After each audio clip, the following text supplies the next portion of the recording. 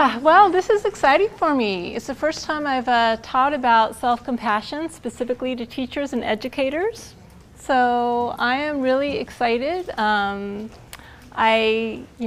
also very grateful for the warm welcome, because I do obviously think that self-compassion is very important for educators and also in the schools. And I'm just going to tell you up front. Oh, am I not up?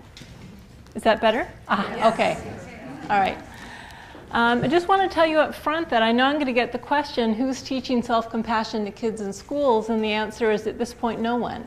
It hasn't really gone there yet. We've just been developing interventions for adults. There's mindfulness in the schools, which maybe you've heard about, but you all might be pioneers in terms of figuring out how to bring some of the principles I'm going to talk about to your classrooms. All right, so you're on the cutting edge. So I'm very excited to be bringing this work into more directly into the realm of education. But so what I'm going to do today is talk more generally about self-compassion. I'm going to start with more of a presentation about the core concepts of self-compassion, and then we'll get into some exercises after our break, which I assume we're having at some point. Good. So. Yeah. I can call the break. Okay. If you're good, I'll give you a break. If you pay attention. All right. So, self-compassion. How did I end up devoting my life to this idea of self-compassion, which I really have? It's my life's work. I suspect I'll be doing it till the day I die. And it's because of Berkeley. I went here for my PhD, and it was my last year on this very campus, and I was undergoing a lot of stress. I was, wondering, am I going to finish my PhD? And I had some anxiety about that, but the real anxiety was, well, after I get my PhD, after 7 years, am I going to get a job, right? And I also had a lot of issues going on in my personal life. It was a pretty stressful time for me. So what am I going to do about all this stress? Well, when in Rome, do as the Romans. When in Berkeley, learn how to meditate, right? I'm in Berkeley. Like, of course, what else do you do in Berkeley but learn how to meditate? So it was actually down in Albany I was living. There was a Buddhist meditation group that I started learning to meditate with. And the very first night I went to the group, the woman leading the group talked about the importance of compassion, which I was expecting, right? It's a Buddhist group. But what I wasn't expecting is she spent most of her time talking about how important it was to have compassion for yourself. That you couldn't really have true compassion for others until you also opened your heart to yourself. And at that moment I realized that was exactly what I needed to do. I needed to help and support myself through the stressful experience I was having. And I actually started trying to make a change in terms of how I spoke to myself, being less critical, being more kind, understanding, and supportive. And it made a huge difference almost immediately. So, maybe just to say that this is really coming from a personal place for me. This isn't an academic pursuit. I fell in love with self-compassion well before I even started researching the idea. But that's why I'm such an evangelist, because I've seen it work over and over and over again in my personal life. But before getting into self-compassion, what it is, I want to take a little detour, which kind of coincides with my story of researching self-compassion. And that is discussing what I learned when I did get a job. Yay, I got a postdoc for 2 years after Berkeley at the University of Denver with Susan Harder, who's one of the country's leading self-esteem researchers, especially on the development of self-esteem. And it was while working with her in Denver that I started learning more about self-esteem and some of the problems with self-esteem, and therefore eventually thought I would look at self-compassion as an alternative. But I'm going to spend some time talking about self-esteem because you're all educators, and we know the emphasis that's often placed on the importance of raising kids' self-esteem in the schools. So I want to talk about some of the potential dangers of that. Okay. So first, just to define what I mean by self-esteem. Now, self-esteem can be defined in a variety of different ways. So everything I'm going to be talking about now is just in relation to this particular way of defining it, and that is a global evaluation of self-worth putting yourself, all your various behaviors into a box labeled good or bad or somewhere in between. So basically, am I a good person? Am I a bad person? Am I an average person? That's what I'm meaning about what is self-esteem, a global evaluation of self-worth. And as you know, there were hundreds, thousands of books written about self-esteem, almost 10,000 journal articles on self-esteem, and primarily, at least at first, its benefits. And that actually is the complete idiot's guide to self-esteem, if you were wondering, right? Lots of books written for children. And the reason there was such an emphasis on self-esteem as really seeing it as the key to psychological well-being is we know that if you have low self-esteem, if you hate yourself, you're going to have all sorts of psychological problems. You're going to be depressed, you're going to be anxious. Whereas if you have high self-esteem, you're going to be more motivated, you're going to feel better about yourself. And because of that, for really good intentions, there was a big self-esteem movement in the schools. California being the leader had the most intentional effort to raise kids' self-esteem. And what's happened, though, you're probably aware, the last 10 years, psychology has started falling out of love with self-esteem. And that's because the problem isn't having self-esteem, it's how you get it, right? There's no doubt that it's better to have high self-esteem than low self-esteem, better to like yourself than to hate yourself. But there are healthy and unhealthy ways to get your high self-esteem, and that's what I want to talk about for a moment. Okay. So certainly in American culture, to have high self-esteem, we need to be special and above average, right? So anyone here, if I said, Jessica, your work as a teacher, yeah, it's average. Thanks. How would you feel? I mean, think about it. If someone gives you feedback that you're average, it's an insult, right? It's devastating. It really is. It's devastating. If you told me that this talk was average, I'd be like,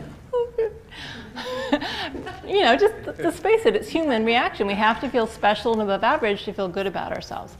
So what's the problem if that's our baseline for feeling good about ourselves? Where's everybody else?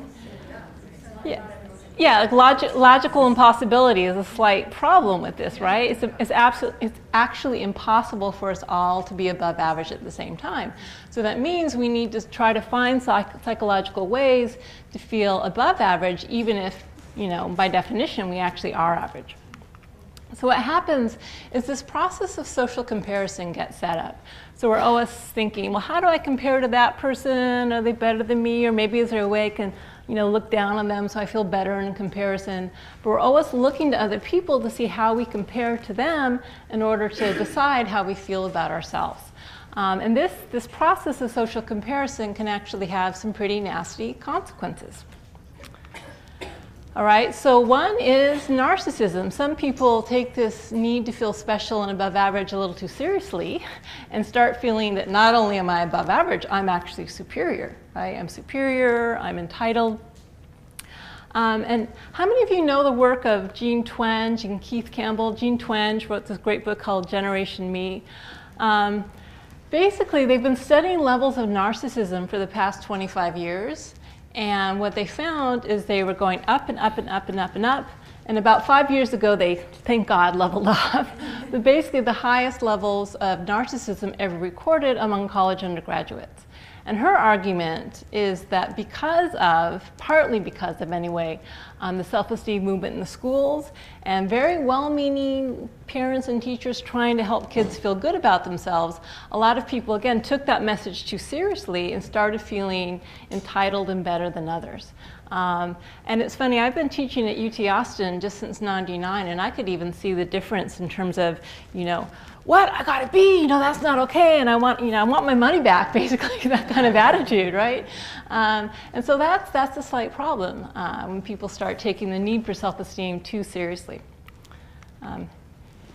Here's a little Calvin and Hobbes cartoon. I'll read it in case you can't see it. This bad grade is lowering my self-esteem. Well, then you should work harder so you don't get bad grades. Your denial of my victimhood is lowering my self-esteem, right? How many of you had situations kind of like this? You know, or maybe with the parents, right? It's not just the kids, it's the parents, right? Okay, so this is a problem, and from your end, I don't need to explain to you why. But there's some other problems as well that maybe aren't so immediately obvious. Bullying, for instance. Or sometimes they talk about, among females, it might take more the form of relational aggression. So either physically hurting others or emotionally hurting others by talking behind your backs is kind of the reverse of that exercise you just did. Why do kids do it? Especially in middle school. Kids are starting to ask the question, who am I? Am I a good person? Am I a bad person? Bullying is a primary vehicle by which some kids try to raise their self-esteem. I'm cooler, I'm bigger than you. And actually in middle school, kids get social approval for being successful bullies, right? So that's just one of the ways in which this quest for high self-esteem can take an unhealthy turn. Prejudice also. You know, there's a lot of reasons people are prejudiced, but certainly one of them is it allows me to feel better than you. If my racial group, religious group, political group is better than yours, then I can feel better than you in comparison. A big problem with self-esteem is that it tends to be contingent. William James, who was actually one of the founding fathers of psychology, talked about this more than 100 years ago. He says self-esteem comes from perceptions of competence in domains of importance, which basically means my self-esteem depends on being good in those areas of life that I value. And the three most important domains in which most people put their self-esteem is success. That could be success in business or maybe athletic success if you're an athlete. Social approval, right? Approval from others. I guess now literally how many likes you have on Facebook. And then perceived attractiveness. Okay. I want to talk about that middle one for just a moment, then I'll get to at least that last one. Social approval. You kind of got into that a little bit in the exercise you just did. What's really interesting in the research, and again, Susan Harder did some of this, is kids, and I would say adults as well, but especially kids, are more likely to invest their self-esteem in the perceived approval of acquaintances than friends and family. Okay, think about that, right? Well, of course my friends and family like me. It's what the other kids in school think that really determines my self-esteem. What's kind of the problem with this approach of putting all your eggs in the what other kids think basket? Who are you? What? Who are you? Right, so one of it is, not being authentic, but so really saying, of course my friends and family, they like me, but somehow it's more objective, right? What the other kids think, that's kind of the idea. What's the problem with that? Is that really true? Is it more objective? Well, it's competitive, right? So first of all, they may be doing their own self-esteem stuff. It's just based on like flash judgments we make from people. So someone walks by and you're like, Exactly. I don't like that person because obviously they're stuck up, but you don't know them. That's so right. Kids are saying that the flash judgments are really more important. Exactly. So as if, the other kids don't really know you very well. They're making flash judgments, again, partly motivated by to protect their own self-esteem, and yet, our friends and family know us a lot better. They're actually in a much better position to judge, but we kind of discount that. You say? Just because the locus of control even further, it distances that locus of control about your self-worth. Right. So more external, a little more. Developmentally, middle schoolers can't do anything else. If I'm out in the yard and you glance my way, I'm sure you're looking at me. And then if you try to say something to your friend, I'm sure you're talking about me. That's right. And so That's right. developmentally, that's just how they operate. Yeah, they call that the imaginary audience. You may know, where there's a belief that everyone's always talking about you all the time and thinking about you all the time. So of course, there's two ways in which this is a lousy source of information. First, the other people don't know you very well, but also we don't really know what other people think of us. Like in that exercise, maybe you found out, wow, that's what they thought of me. So kids are basically deciding if they're a good person or not based on this really flimsy, lousy source of information. Right? Now that's for all kids, but which one of these things do you think is especially important for girls? or women. Yeah, actually, it's kind of sad. In every culture they've looked at, perceived attractiveness has been the most important domain in which girls, and then actually women as well, tend to invest their self-esteem. And again, developmentally, there's a small problem with this because remember, it's perceptions of competence. In other words, your perception of how attractive you think you are that largely determines your self-esteem. And this is some data from Susan Harder that she collected, starting in 3rd grade and then going to the 11th grade. Okay, so this is how attractive you think you are over time. So for males on top, right, 3rd grade, looking pretty good, feeling pretty good about myself. 7th grade, yeah, still looking pretty good, you know. 11th grade, yeah, all right, you know. And girls, you can see by 5th grade, it's taking a nosedive. I'm sorry, ladies, are men really more attractive than us? You know, right? So part of the problem, of course, is the incredible standards of beauty in our culture are unrealistic and they're airbrushed. And so that's a big problem for a lot of our girls is they're basing their sense of self-worth on how attractive they are compared to these supermodels who, and even the supermodels feel insecure next to each other, right? So it's a bit of a problem. Just want to add this slide in because I was told this morning that this might be relevant to some of you. This is some more research by Susan Harder. Okay, so our self-esteem comes from our perceptions of competence, how good we are at domains of importance, the things we value. There's actually 2 different strategies for managing your self-esteem. One, and these are 2 children, child A and child B, with the exact same perceptions of how good they are in these different realms of life. But the kid on top has very high self-esteem, and the kid on the bottom has very low self-esteem. So the kid on top is adopting this is my term, what I call the kind of slacker phenomena, right? No, I'm not good at athletics. Athletics aren't that important to me. I am really, I'm very popular with my friends, that's really important to me. I look good, that's important to me. So in other words, what this kid is doing is only valuing those areas of life in which they feel competent. Okay? So in other words, I'm not very good at math. Math isn't important to my self-esteem. I'm not very good at maybe athletics, or it might be the reverse. I am really good at athletics. That's really important to me. So you manage your self-esteem by only valuing those areas of life that are important to you, which is a problem, of course, if you don't value academics, let's say, but the society does. But the kid on the bottom is a perfectionist. This kid wants to be good at everything. And because this kid isn't good at everything, this kid has low self-worth. Right? So you can see this, it's really a game, this self-esteem game. We're always trying to, somehow compare ourselves to others, judge ourselves. Are we up to par? Are we not up to par? Can we kind of manage this somehow? Maybe becoming prejudiced, or maybe kind of really not valuing those areas of life we're not good at. And so what happens is this game is, it's like a treadmill we can't get off. Right? It's really an unwinnable game. And so eventually what happens is we just tend to feel inadequate, right? We feel we aren't good enough, smart enough, pretty enough, likable enough, whatever it is. So again, having high self-esteem is not a bad thing, but constantly striving for self-esteem, questing for it, doing all these psychological mind games we do to try to get self-esteem is a real problem, okay? And that's why there's been a movement away, at least I presume, would you all agree, kind of a movement away of emphasizing self-esteem as much for kids for some of these reasons? Okay, but then what are you left with? Okay, go ahead and hate yourself then, right? Well, that's not good either. So the idea is, at least from my idea, is that self-compassion is another way to feel good about yourself, to feel positive about yourself. It really avoids a lot of the pitfalls of self-esteem. All right, so basically what happened is when I got to UT Austin, I decided, after my postdoc, I decided I wanted to do research on self-compassion.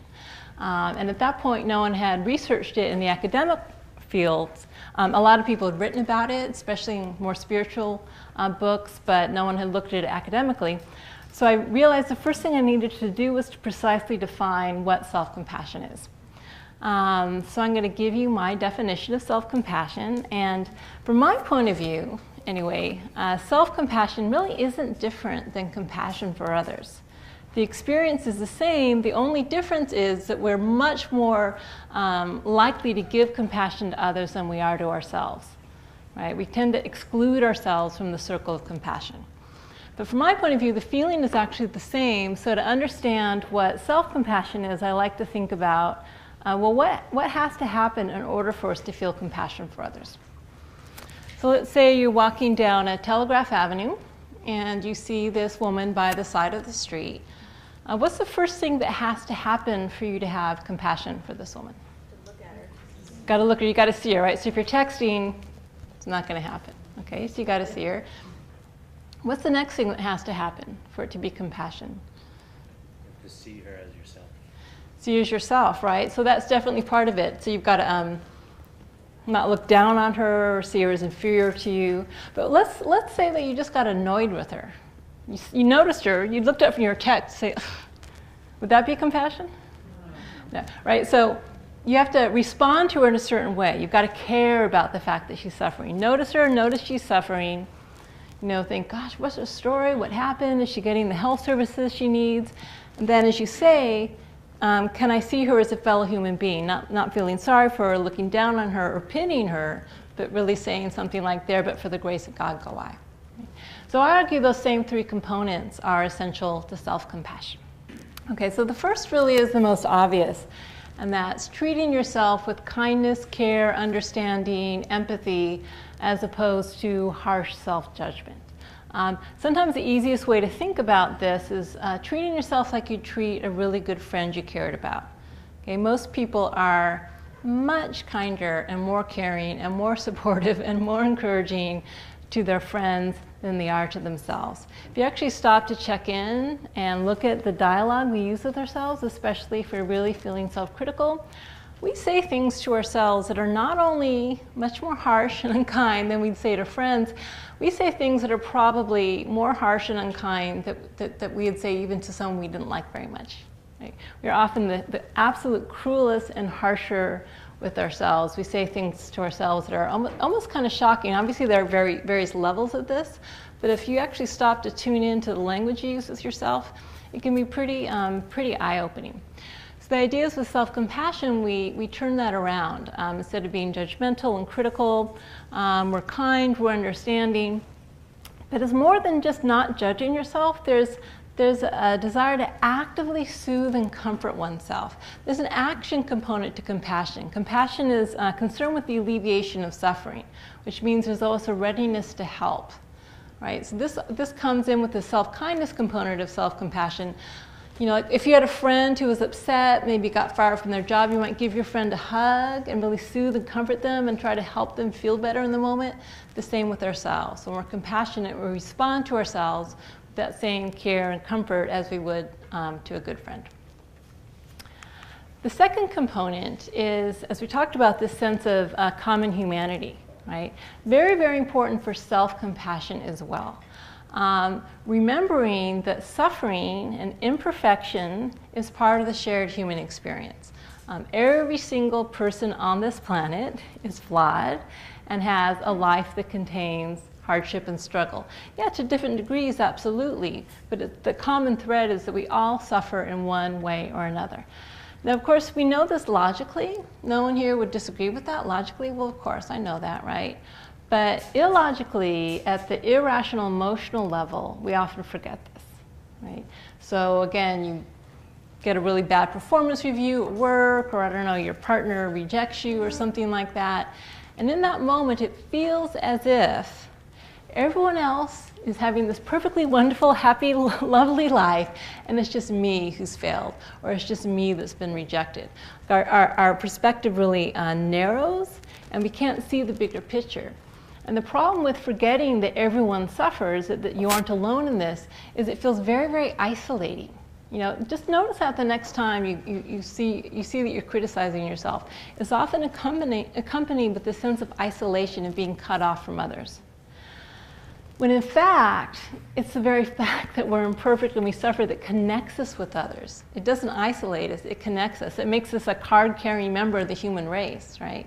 So with self-compassion, suffering becomes a way to connect yourself with others instead of falling into the illusion that somehow we're separate from others.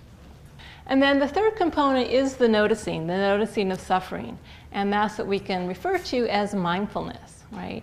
The idea is if we're to give ourselves compassion, actually to open our hearts to ourselves, we have to be willing to turn toward and acknowledge pain. Now, normally we like to fight pain or resist it or ignore it. We don't want to go there. But if we don't want to go there, we can't give ourselves compassion. So with mindfulness, we are able to actually accept the fact that, wow, this really hurts. This is really hard. And by turning towards that pain, we can respond to ourselves with an open heart. But the reason I call it mindfulness, and maybe more than just paying attention, is mindfulness has this quality of equanimity. It sees things in a balanced way.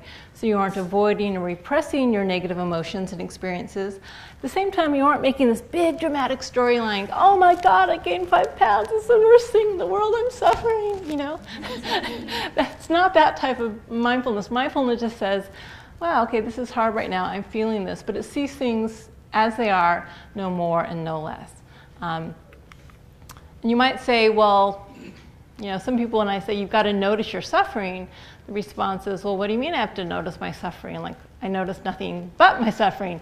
But it's really, again, if you start looking at this a little more closely, we often aren't aware of the incredible suffering we're experiencing, especially when the suffering is at the hands of our own inner critic, right? So think about it. What happens when you're criticizing yourself? You aren't identified with the part of you that feels inadequate and small. At that moment, you're inhabiting the role of the self-critic. Your back is strong and you should have known better. You la la la la la. So when you're lost in the role of self-critic, which by the way, it gives you a little self-esteem boost. I'm smart enough to know that you did badly. Our minds are kind of funky monkeys, as they say. When you're inhabiting the role of self-critic, you often don't stop to tune into the incredible pain you're causing yourself with that. Or the other thing we do is, because we don't like to acknowledge that we're in pain, is we go straight into fix-it mode. How can I get rid of this problem? Who can I call? What can I do? How can I manage the situation, right? So again, think if a friend came to you who was really upset. Maybe they got in a car accident. You know, if that was us, we'd like, okay, call the insurance company, what do I have to do? With your friend, you'd say, oh my God, give me a hug, you must be so upset, how difficult. But how often do we really pause to give ourselves that type of soothing and comfort when we really need it, okay? So, to have self-compassion, we really need all these 3 elements. And I want to actually give you a little experience of these as opposed to just talking about them, so you can get a sense of what I'm referring to. If you wouldn't mind putting down your pens or coffee cups. And if everyone can put your hands out in front of you like this and squeeze your fists really hard. All right, give them a good old squeeze. For those of you with long nails, I am sorry. This is a little more of an intense exercise, but please bear with me. Okay, as you make this gesture, what comes up for you? What emotional responses come up for you? Anger, tension? Anything else? Stiff, okay, stressful? Okay, stuck. So this in some ways, and keep them clenched, sorry. I'll be quick. This is what self-criticism feels like, isn't it? White knuckling it, tension, and also like, you know, beating yourself up. Okay, now release your fists and have your palms upward like this. Okay, so what comes up when you do this? Release. Sorry, what? I feel like wanting to take a deep breath. Deep breath, relaxing, light, aliveness. Did you say? Openness, receptiveness, right. So this is what you might say is a gesture of mindfulness. Right? What happens when we stop fighting our experience and we kind of accept our experience and ourselves as we are. Now, take both arms and extend them forward like this. So what comes up for you when you make this gesture? Sorry, what? Heaviness? So it's okay if your hands have been up for a while. Welcoming, connectedness, receptiveness. So this you might say is a kind of gesture representing our common humanity, our interconnectedness, giving, receiving. Now, hugging. Put one hand over the other and place both hands over the center of your chest. You can just closing your eyes for a moment and feel the warmth of your hands, the gentle pressure, maybe even the beating of your heart.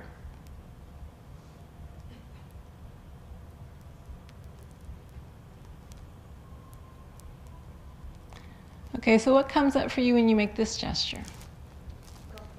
Comfort, safe, peace, Care. love, care. Yeah, feels pretty good, huh?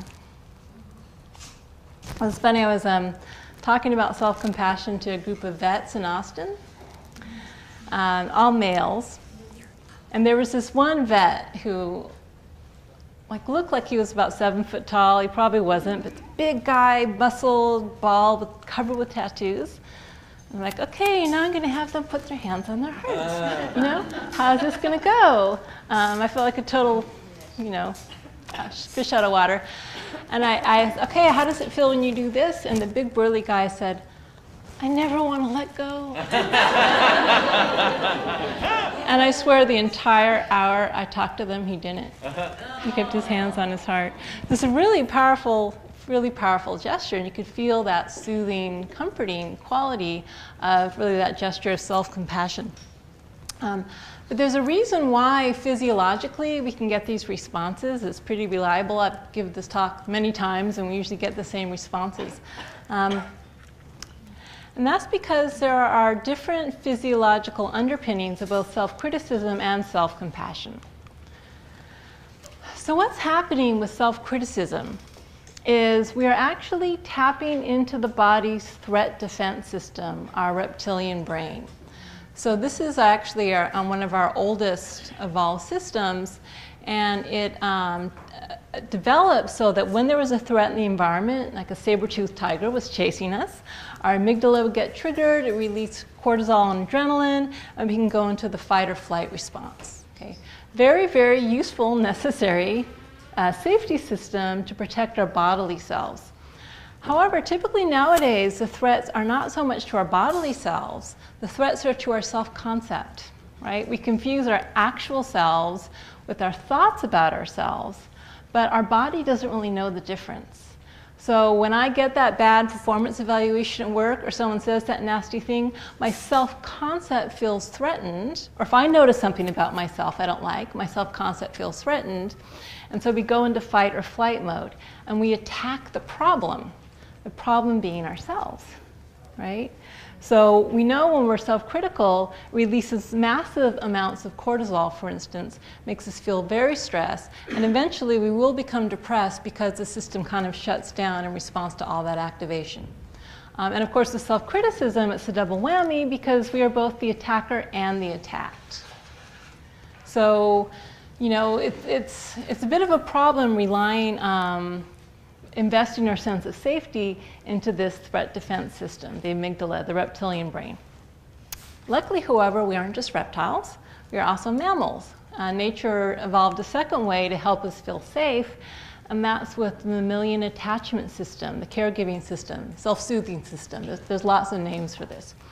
But basically, the idea is what happened with the advent of mammals is mammalian young are born very, very immature, which allows them to develop to the point where they can be as capable as they are.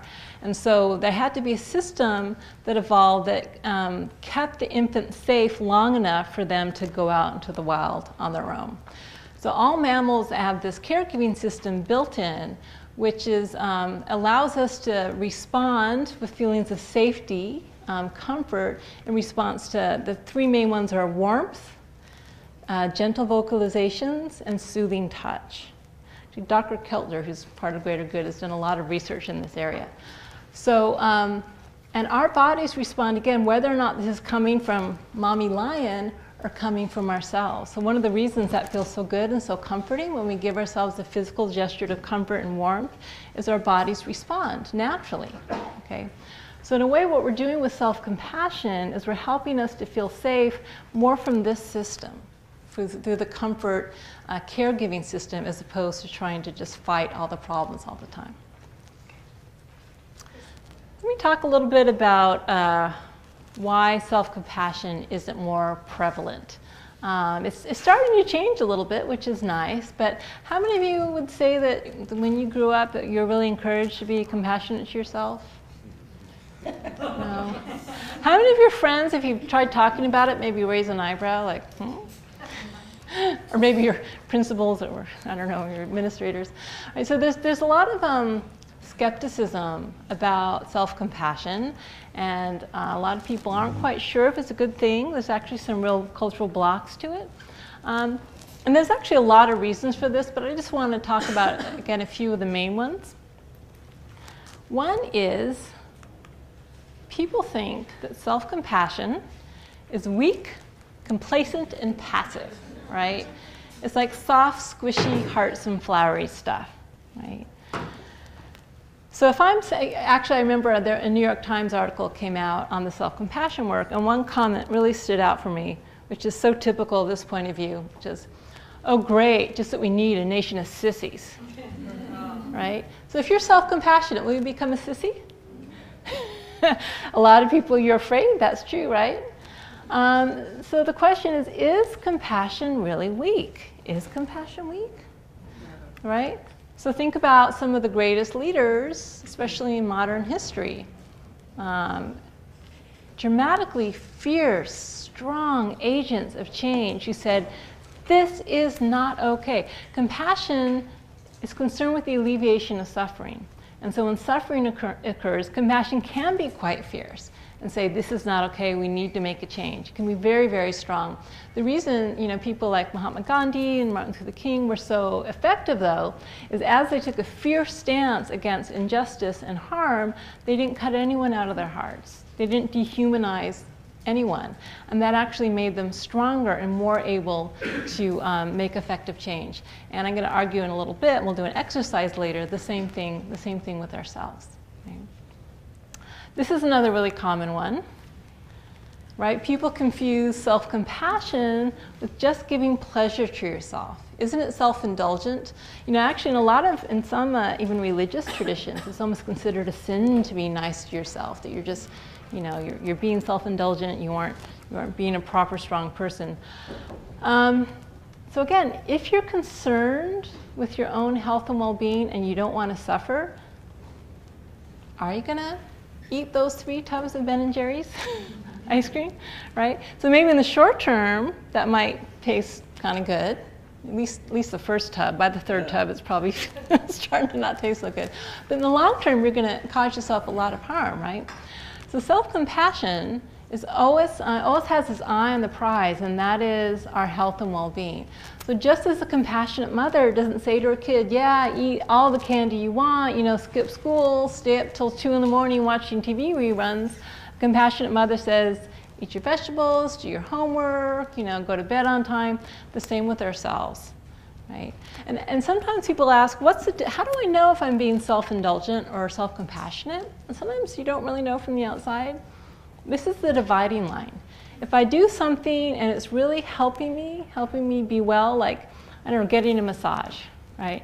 Sometimes getting a massage is an incredible act of compassion. You really need it. It's so rejuvenating, and your stress, it's good. But then you start getting a massage like every other day and you can't really afford it. You're getting kind of addicted to the massage, Then it starts becoming self-indulgent. So if it's harming you, it's probably self-indulgence, but if it's helping you, it's self-compassion, and that's really the difference there. This is a big one, confusion with making excuses. I get this a lot, like, oh yeah, it's only human. It means you're just blowing off responsibility, right? So don't we have to be, to take responsibility, don't we have to be tough on ourselves? Well, actually, and I'm going to show you some research in a bit to support this, it's just the opposite. If we know that that admitting to messing up or making mistakes is going to be met with a barrage of self-criticism, it's much easier for me to blame someone else and not to own up to it. What happens with self-compassion is it actually gives you the safety to take responsibility, the safety to admit your mistakes. If I'm only human, if it's only human to make mistakes, that means I can say, yes, mea culpa, I did do it, and therefore to take responsibility for it. The biggest one, though, the biggest block to self-compassion, actually Paul Gilbert, who does work in this area, has developed a measure called fear of self-compassion. It's actually fears of self-compassion largely for this reason. This is a belief that we need our harsh self-criticism to motivate ourselves. For some people, you say, try to be more self-compassionate, and they feel like they're giving away their most powerful tool for life. They've relied on their self-criticism to get them through to motivate themselves. And of course, wasn't this the parenting philosophy not too long ago? Spare the rod, spoil the child, right? And so we've dropped that for parenting, at least most of us have, hopefully, but we still cling to it for ourselves. So the idea with using self-criticism as a motivator is this kind of the carrot and stick approach. The carrot is, okay, maybe I feel okay about myself if I reach my goals, and if I don't, I'm going to beat myself with self-criticism, and that's what keeps me moving. It does kind of work to a certain extent, but there are downsides with this approach in that if we're constantly criticizing ourselves whenever we don't reach our goals, we're going to start losing faith in ourselves. And remember, we're going to release all this cortisol, which is going to make us become depressed, and depression is really not a good mind state in which to be motivated. So there is a second way we can motivate ourselves, and that is with compassion. If we care about ourselves, if we don't want to suffer, and if we want to thrive and be happy, that's another reason to try to reach our goals. Okay? And it's actually a much more sustainable way to motivate ourselves to reach our goals. And it's really easy to see this if we think about the parent-child example. Okay, so let's say there's a father, and his son comes home from school with a failing math grade. And the father has two potential ways to motivate his child to do better next time. Okay? The first is with harsh criticism. The son comes home and the father says, first thing he says is, I'm ashamed of you. You're a failure. What a loser. You'll never amount to anything. But isn't that kind of what we say to ourselves, right? Those kind of harsh words. So what's going to happen if the father does that? The son might try a little bit next time, but if he can, he'll probably just drop math altogether and start majoring in basketball because it's just too scary to try again if he might get beat up like that again by his father if he fails, right? What if the father takes a more compassionate approach, though, and first actually says, gives the kid compassion for the failure. Oh man, give me a hug. Hey, I love you anyway. It happens to everyone. It doesn't mean you're a failure, but here's the key though. But I know you got to get your math grades up to go to college. You want to go to college. What can I do to help? How can I support you? How can I encourage you? I believe in you. I know you can do it. The kid's going to be so much more motivated to make a change and will be so much more able to sustain the motivational efforts over time with his father's love, support, and encouragement as opposed to harsh criticism. You can see the faces in here. You all totally get this. For parents and probably yourself as teachers, that maybe some of you still haven't totally gotten on board for how we motivate ourselves, right? Motivating ourselves is also much more effective in the context of self-compassion. You might say that what self-compassion is doing is it's providing the optimal emotional environment for growth and change. It's like the sunshine, the fertilizer, and the water we need to thrive and grow and learn and become our best. But, and this is a cartoon, with the caveat, if possible. So this says, yeah, well, the Dalai Lama never had to deal with your whining. The reason this is important is with self-compassion, although we want to reach our ideals, we care about ourselves, we want to achieve our goals, it also recognizes that we still aren't always going to succeed. That we can try our best, but sometimes we will fail, and that's okay too. So that's really one of the reasons why self-compassion is a more powerful motivational force. All right, let me just really briefly go over some of the research on self-compassion. which isn't primarily done with a test tube, actually. A few people are starting now to look at these things, chemicals associated with self-compassion, but it's very new. The large majority of research, although this is changing, is there with the self-compassion scale I developed. When I first decided to do research on self-compassion, I had no idea how I was going to do it. So I just created a scale that kind of captured these various components of self-compassion, really face valid ways of treating yourself. And it seems to have caught on. It got the research ball rolling, you might say. You can see there's been an exponential growth curve in studies on self-compassion, which is very exciting to see. Now there's well over 200 research articles and dissertations on self-compassion. So hopefully that will keep on going. And people are using a variety of methodologies now, not just my scale. But the research is going on all over the world, keeps on expanding, which is also very exciting.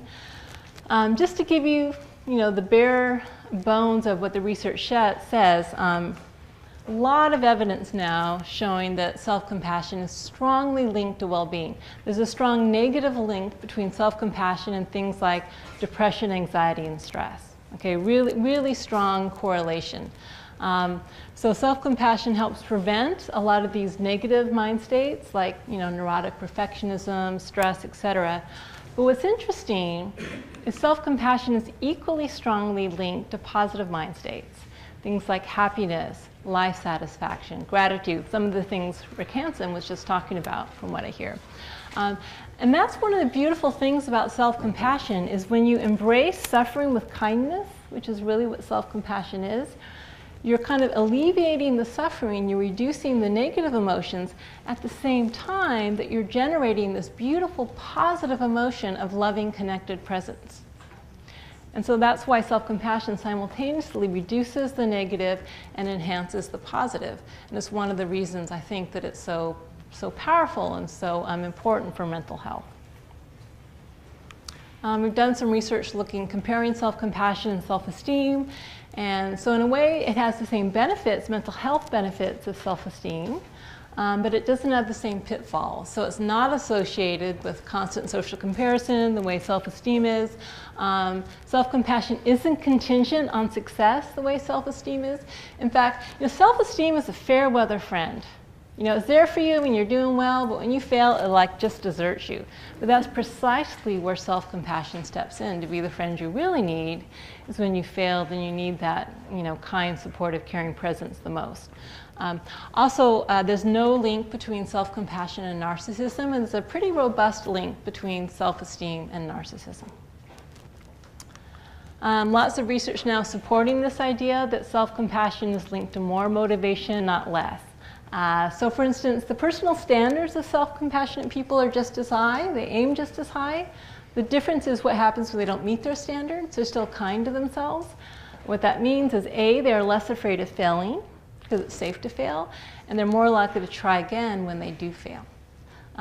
There's not that much work done in the academic realm, a little bit, but it does show that students who are more self-compassionate, again, are less afraid of failure. They believe more in their own competence.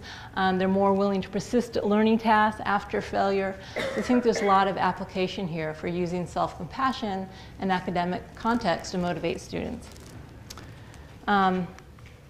Research linking it to certain health behaviors, things like exercising, sticking to your diet if you are trying to diet, saying no to smoking or drinking too much, going to your doctor more often. I suspect this is where we'll really start seeing money poured into research on self-compassion when the HMOs figure out that this saves money, right? Because it does seem to manifest in health behaviors. Again, lots of research now to support that self-compassion does not mean blowing off responsibility.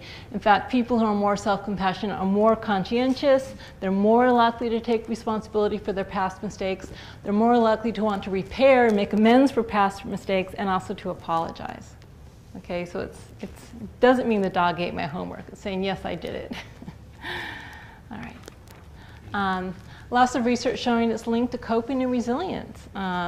Really nice study came out on divorce showing that self-compassion was the #1 predictor of how people were coping with their divorce 9 months later after the split. More important than anything else they looked at. I have a student who just defended her dissertation looking at vets coming back from Iraq and Afghanistan, and found that the level of self-compassion soldiers had really predicted things like whether or not they developed PTSD based on their combat exposure. Also a few studies looking at chronic pain, that people are more self-compassionate. Not only cope with their chronic pain more, they actually experience less, the subjective experience is less painful, which may have to do somewhat with that oxytocin opiate system going on. What about the link between self-compassion and compassion for others? Well, there is a link, and it's a little complicated. First of all, we just published a study looking at romantic relationships, 100 couples. And if any of you are on the dating market, I suggest sending them to my website and having them take that self-compassion test before you go on your first date. Because what we see is very strong relationship between being self-compassionate and being a better relationship partner. People were judged by their partners, this wasn't self-report, judged by their partners as being a lot more caring, a lot more intimate, a lot less controlling, a lot less angry and aggressive. And if you think about it, if you can meet a lot of your relationship needs for care and connectedness with yourself, you aren't so dependent on your partner doing everything exactly perfect the way you want them to all the time, and it gives you a lot more resources to give to the other in the relationship. Also associated with things like forgiveness and perspective taking. In terms of compassion for others and helping others, there is a link, but it's actually a lot smaller than you might expect it to be. And that's because, at first I was kind of perplexed by this, but if you think about this, how many people do you know who are really lovely, kind, caring, compassionate people to others, but aren't very compassionate to themselves? Right? How many of you know people like that, or maybe even are? Right? So in other words, the link isn't always there. People tend to treat themselves and others quite differently. Right? So there's also a developmental component, actually, to this. We don't know a lot about it, but among undergraduates, there's no link whatsoever, non-significant, between compassion for self and others. And then as you get older, there starts to be a link. I suspect that's that understanding of common humanity. That one of the things that happens with maturity is you start realizing, okay, we're all humans, we're all imperfect, and the sense of self and other isn't as separate. But anyway, we don't know a lot about this, but it's kind of interesting. In terms of the sources of self-compassion, there's a lot of reasons why we're self-compassionate or not. Some of them are cultural, but certainly early family experiences play a role without a doubt. We have some research showing that people who grow up with very critical parents tend to be self-critical. In fact, when we teach these workshops on helping people be more self-compassionate, often if you ask people to get in touch with that self-critical voice, it sounds like someone familiar, someone from the past. Oftentimes we just internalize these voices. Attachment security, of course. If your parents were warm, responsive, loving, you tend to have more self-compassion than if your parents were rejecting or very inconsistent. What's interesting is not just parental criticism, but conflict in the home also seems to impact self-compassion. So for instance, maybe you aren't criticizing your kids, but you're going at it with your spouse, right? Or maybe even modeling a lot of self-criticism in front of your child. That's another way this can get internalized, the self-criticism. And of course, people who struggle most with self-compassion are those with histories of abuse, some sort of trauma in their early childhood. Because if you think about it, self-compassion taps into that caregiving system. So if at an early age, if that caregiving system gets intermixed with things like fear or harm, the system can be, not irreparably, but it can be damaged, right? The good news is research also shows that kids with trauma histories, when they're older, if they can learn to be more self-compassionate and use self-compassion as a tool to help process some of their early history, it's a really important coping mechanism. And those, things can be healed and repaired. So, there's some good news to that story as well. All right. I want to briefly take you through a little bit of data on a program I've developed with my colleague Chris Germer to teach self-compassion skills. And the story with this is I've been doing self-compassion research for many years, but I'm not a clinical psychologist. I had never taught a workshop in my entire life. I was just an academic. And I was going to actually a meditation retreat with Chris Germer, who's a psychotherapist, and said, "Oh, Kristin, I love your work. You should start doing workshops to teach people how to be more self-compassionate." And I said, "You're crazy." He's actually an expert in mindfulness and psychotherapy. He does lots of workshops. And I said, "No, Chris, you really need to develop a workshop to teach self-compassion skills." And then at that moment, the idea was born for the Mindful Self-Compassion Program. And actually, after I stopped gabbing so much this morning, I'm going to give you some exercises from this program. But we've developed an 8-week training program called the Mindful Self-Compassion Program that's designed to teach self-compassion skills. So the idea is we meet once a week for 8 weeks for 2.5 hours each week. And we use a variety of techniques, and we do teach some meditation, although it's not primarily a meditation training program, but we teach some meditation to evoke states of self-compassion, a lot of informal practices, a few of which I'll be teaching you today to help people learn to be kinder to themselves. And also we give people various homework assignments, including, I didn't know you had these self-compassionate bracelets. This is part of the program, actually. Little reminders people can use in their daily lives to help them remember to be more self-compassionate. And we just published our first randomized controlled trial of the study where we compared well-being changes for those who are taking our 8-week program compared to those who are on a waiting list to take the program. And 54 participants, gotta say, just up front, mainly white middle-aged women with graduate degrees. Or I hate to say kind of, these are the type of women who tend to sign up for these programs. What are you going to do? So just a little grain of salt. We haven't really tested it with other populations. I think it was still generalized, but there you go.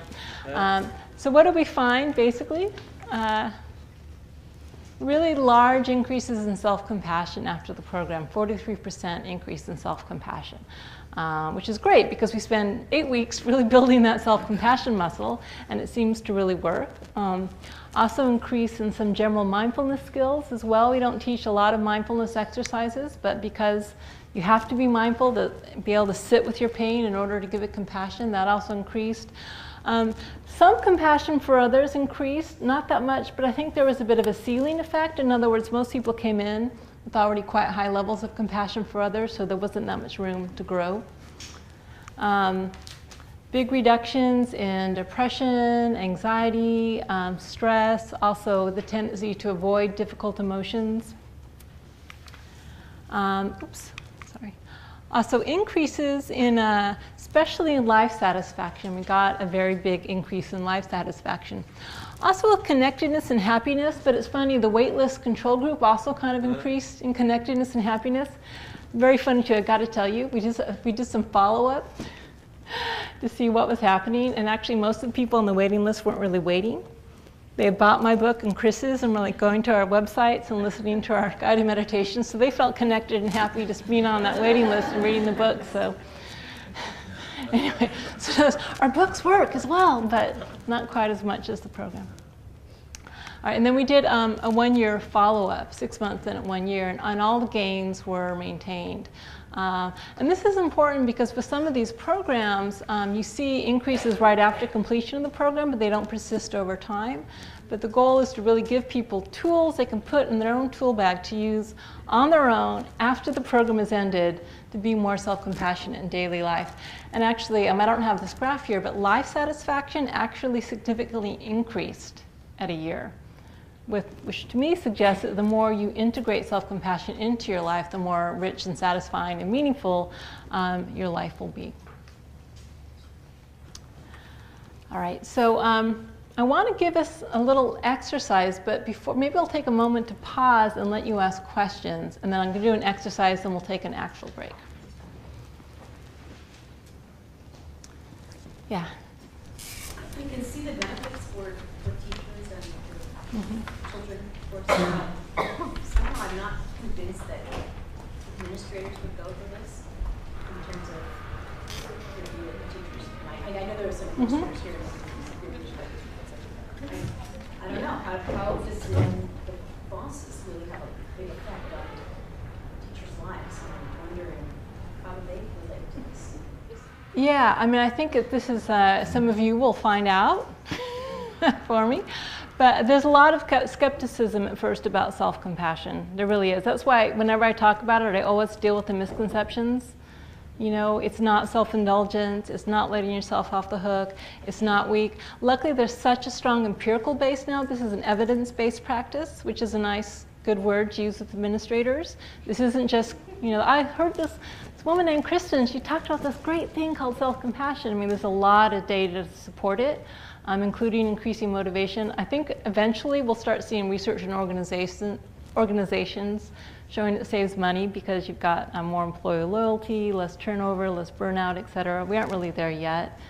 But, you know, what can you do except maybe show them the data and say if this will help the well-being of your employees, then it'll probably help the well-being of your organization or school as well. But, you know, maybe you'll have to find out how to get the message across in a way that works. I would say dealing with the misconceptions up front is really important, though. I know what you're thinking. It's not this, and this is why. And this is the research to show that it's not.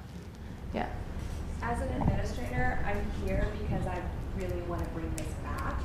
So I think there's positive ways as a teacher in an organization to be able to share just the research of the week, whether it's through sharing articles or not. But I think there's more of a trend maybe from the independent schools, that's where I'm coming from. I know there's some public school administrators here too, that we're thinking about this. And I think there is an awareness that self-esteem didn't do the trick. So what then?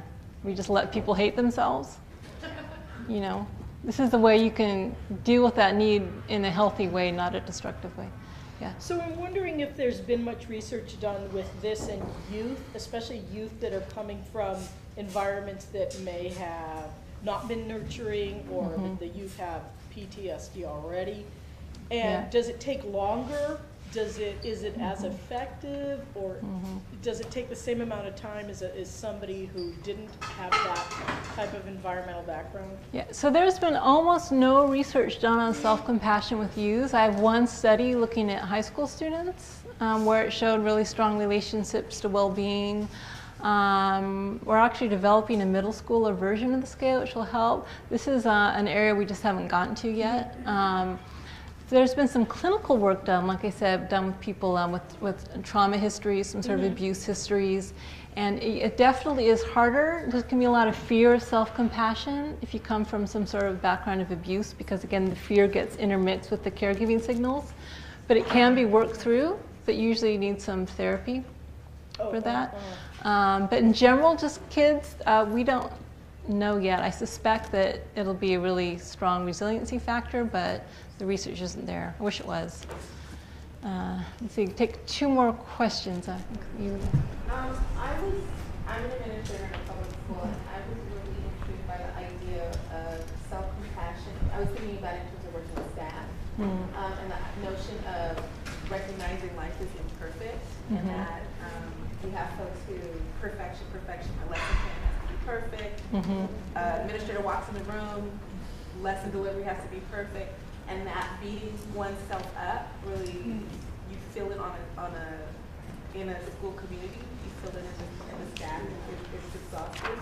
Yeah. And so I'm wondering how that plays out when trickling down into students, that energy or that negative self-talk or presence, or so that was where my mind was going with that. Yeah. Yeah, I mean, I would just say yes. The more you cultivate a self-compassionate mind state, the more you're able to, it actually will help your motivation, it'll sustain your motivation, it'll give you the optimal emotional environment to do your best, and I think it does trickle down.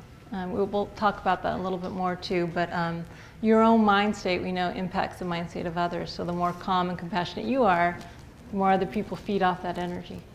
I think there was one. Okay, I'll take a couple more questions. I want to give you a little exercise. So, yeah.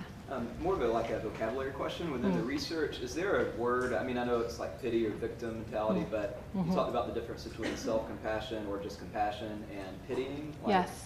What's the language there in research? Right. Well, so in research, I mean, I guess it's mainly me who talks about this and kind of think about it in non-academic circles, but this common humanity is key. What keeps self-compassion from being self-pity? Common humanity. So self-pity is woe is me, and I'm in lost in self-pity. I'm not thinking about anyone else. It just feels like just me who's suffering, just me who's going through this. It also, self-pity exaggerates how bad things are, partly because of the self-focus, so you have no perspective, right? So because of the mindfulness component and the common humanity component, it's saying, not poor me, but, wow, this is really hard, and it's hard for everyone, right? So that would be the big difference. Actually, in Buddhism, there's a term called near enemies, when things look really similar, but they're actually quite different. And pity is the near enemy of compassion, because it lacks this connectedness. All right, so let me lead you through what is perhaps the easiest and most portable, one of them, easiest and most portable exercises from the Mindful Self-Compassion program, and that's called the Self-Compassion Break. And this is something you can hopefully have in your back pocket to take out whenever you need it most. Okay? And by the way, at the break and lunch, I'll be around for more questions. That doesn't mean that's all you get. All right, so again, if you can put your pens or computers down. And I'd like to do this as a sort of mini meditation. It's not really a meditation, but it's an experience and an experiential exercise where I'd like us to go inward. So if you can close your eyes, or if you don't feel comfortable with that, at least cast them downward so that no one feels they're being watched by anyone else.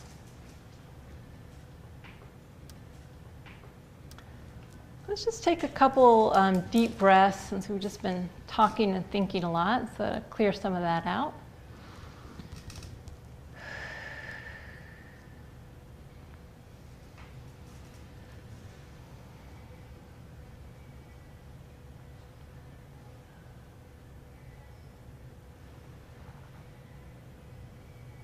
Maybe recentering in the present moment, so just remembering that our bodies are here, maybe feeling your feet on the floor, your seat on the chair.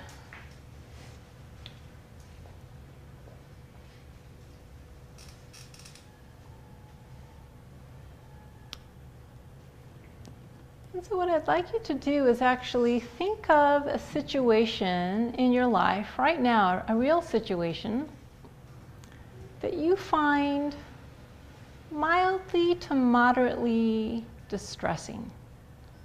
Okay, so in other words, I don't want you to think of the most difficult situation in your life right now. We want to take baby steps. But some situation that, you know, you're kind of upset about, it's difficult. Might be something happening at work or at home.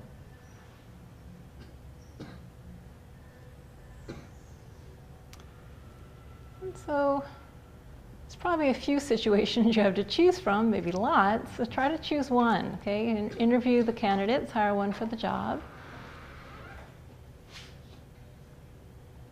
Please raise your hand if you need a moment more to think of such a situation. Okay, we'll take a moment more, but if you have decided on the situation you'd like to think about right now, see if you can play it out in your mind. You know, allow it to become real for you in this moment. We may be removed externally, but the situation is still there. You know, who said what? What's going on? Trying to make it vivid in your mind's eye.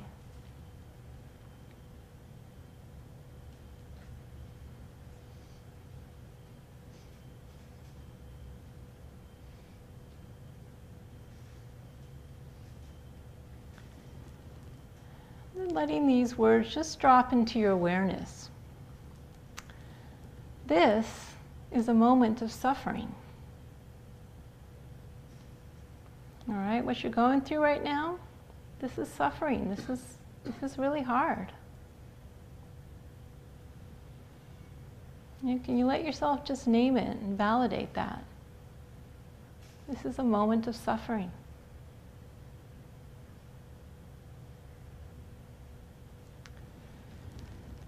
And remembering that suffering is a part of life.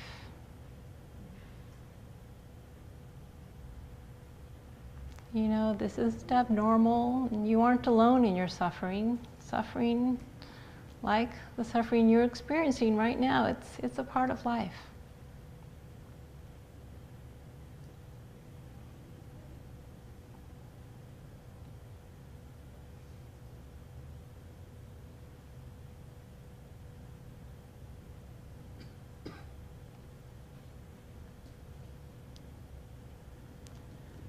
So now I'd like you to take your hands over your heart center like we did earlier.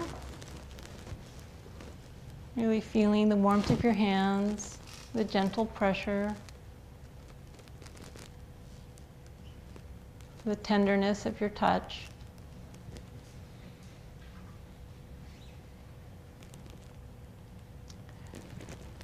So may I be kind to myself in this moment. And can you give yourself what you really need right now? Kindness, care, comfort.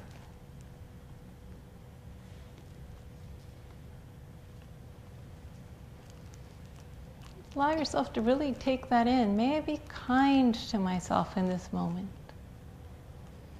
And give myself the compassion that I need.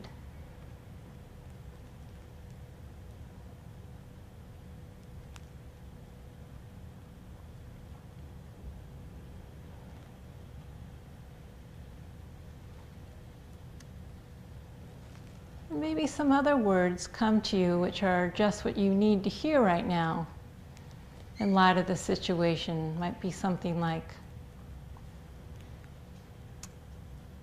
may I have courage, or may I accept myself as I am. See if you can just listen. What do you need to hear right now in this moment of suffering to care for yourself?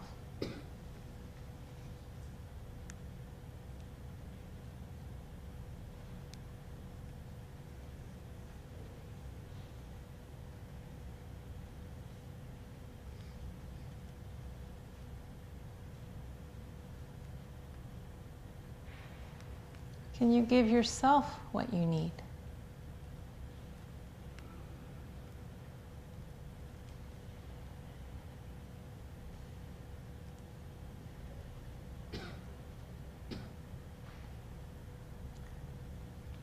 And then releasing your hands from your body.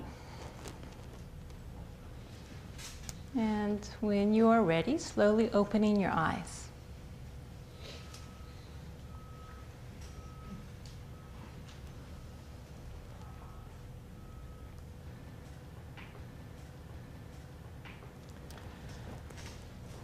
So does anyone mind sharing what happened for them? Maybe not with this situation, but you know, when you first named it as suffering and then went through the various steps, which you could probably see where you're really invoking the three elements of self-compassion, mindfulness, common humanity, and kindness.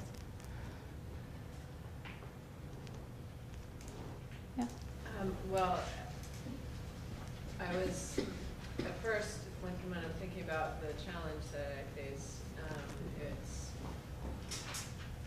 I felt bad about it, but in what we're talking about, I don't want to say removed from it, but I was more aware of like it's gonna be okay. It's gonna be okay.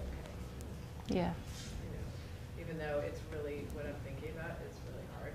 Yeah. And could change my life in a direction that I didn't. I don't really want it to go in, but. So did saying the phrases and putting the hand on your body help kind of get that perspective? Yeah. And of course, you know, we are out of the situation right now, but I tell you, if you do this when you're in the heat of it, when it's actually happening, it's amazing how powerful it can be. And we call it a break, like just to take a little time out to say like, whoa. But you know, how many people are surprised by just naming it as suffering, how that changed things? Yeah, you want to say something? Yeah, that was what I was going to comment when you asked the question initially, is I I just would never have named it as suffering. So Mhm. just when you said that, I was actually surprised, even though in this talk you have mentioned several times how, you know, the word suffering and compassion, the relationship between compassion and suffering. So I was like, oh, yeah. And that they, you know, but I didn't expect it, and I think that's interesting. And it felt like a great relief to be able to acknowledge it as suffering. Yeah, it's so funny. We so often aren't even really aware. And if you think about what has to happen with self-compassion, is we have to step outside of ourselves and say, poor darling, you're suffering, you know?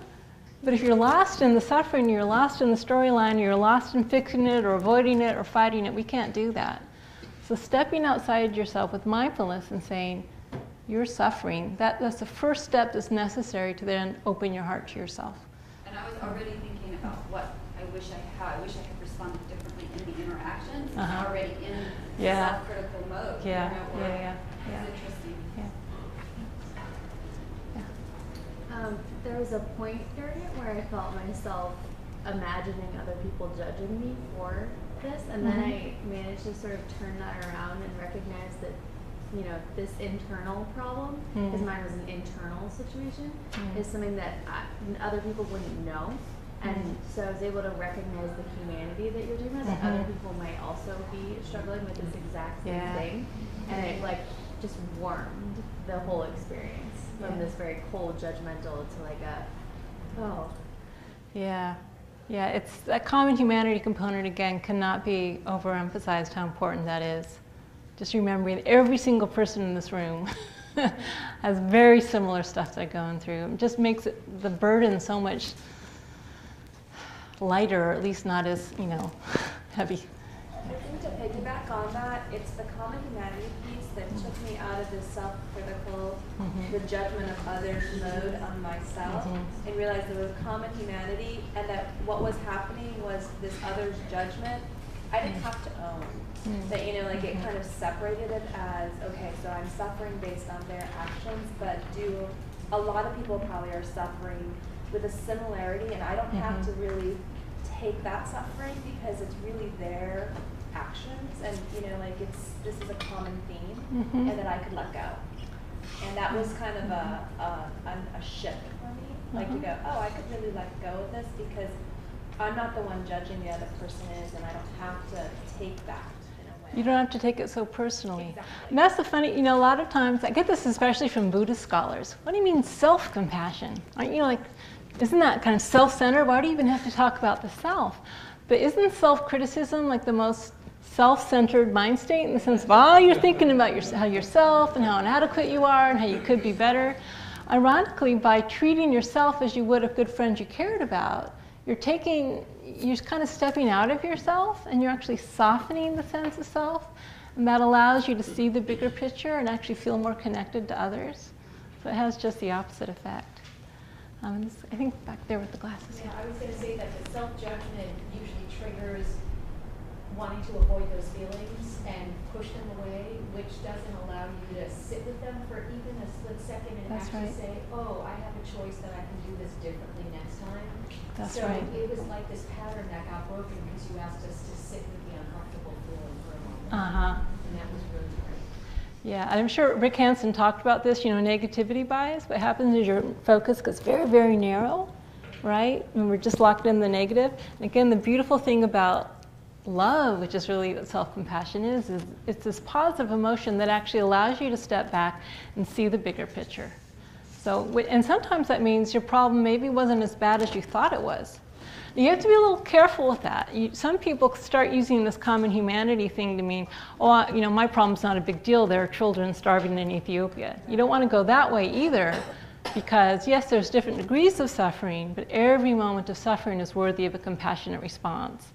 So it's not saying my suffering is more important or less important, but I am a human being and I suffer just like everyone else, and keeping it at that level. But yeah, it can really broaden your perspective. All right, take maybe 2 more comments, then I want to give us a little self-compassionate bathroom break. Okay, yeah.